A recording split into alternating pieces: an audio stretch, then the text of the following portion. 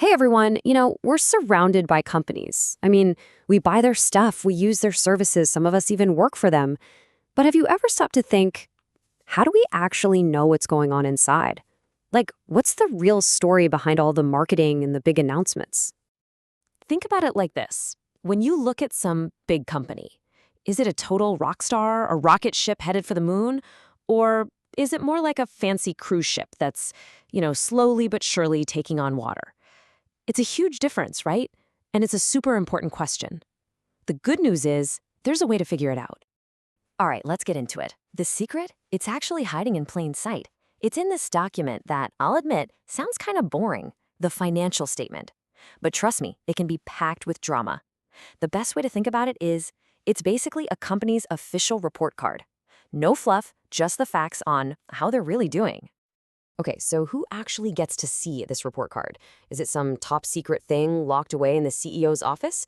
Absolutely not. For most companies, this document is public, and you'd be surprised at just how many different people are reading it. Just take a look here. This really shows you the whole cast of characters who are digging into this report card. You've got investors, sure, but also employees, the government, suppliers, even customers. And here's the really interesting part. They're all reading the exact same pages, but they're all looking for completely different things. It's kind of like they're reading the same mystery novel, but each one is trying to solve a different puzzle. So let's start with the group that's, putting the fuel in the company's engine, the people who have money on the line. Yep, I'm talking about investors and lenders. They have a very serious interest in what that report card says. So if you're an investor, you're looking at this thing and asking some pretty big questions. You're looking for signs of profit, obviously. You want to see a clear path to making some money. But it's not just about the payday. You're also checking to see if the company is strong enough to make sure your hard-earned cash is actually safe. And then you've got the lenders, the banks. Their motivation is even more straightforward. This quote here really nails it. It all comes down to one simple, crucial question. Will we get our money back? They are laser-focused on whether the company can pay its debts.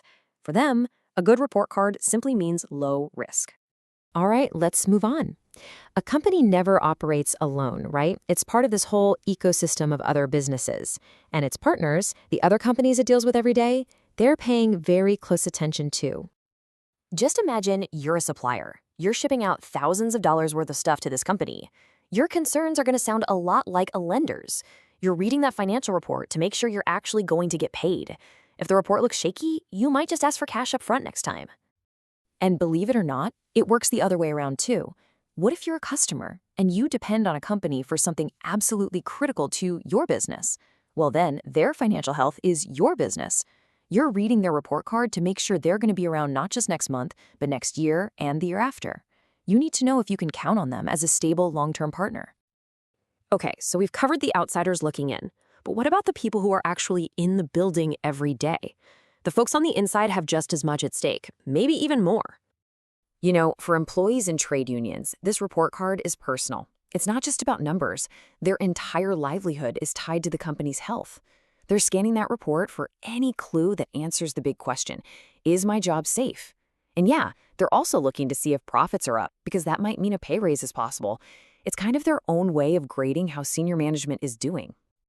And here's where it gets interesting. While employees are focused on their personal security and pay, the management team is looking at the exact same numbers to steer the whole ship. They're using this data to make huge decisions about the future, to control the day-to-day, and to make sure the company stays on track. Same report, very different perspective. And finally, let's just zoom all the way out. Because there are other groups watching these companies from a much wider angle, trying to understand their place in the big picture. Government agencies are massive consumers of these reports. The number one reason? Taxes, of course. They need to figure out how much the company owes. But they also pull all this information together to get a checkup on the health of the entire economy. It helps them spot trends and figure out if they need to create new policies to help things grow. And that brings us right back to us, the general public. We might want to know how a company is affecting our local community.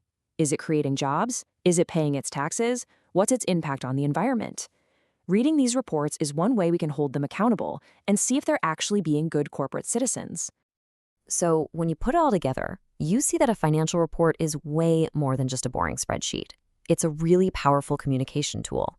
It's the official story a company tells the world about its health, its performance, and its future. And like we've seen, everyone from investors to employees is listening in, trying to make some really important decisions based on that story.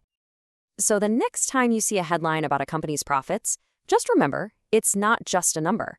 It's a chapter in a much bigger story that's being read by a whole lot of different people, all searching for answers. So now you know who's looking. The only question left is, what story are your favorite companies telling?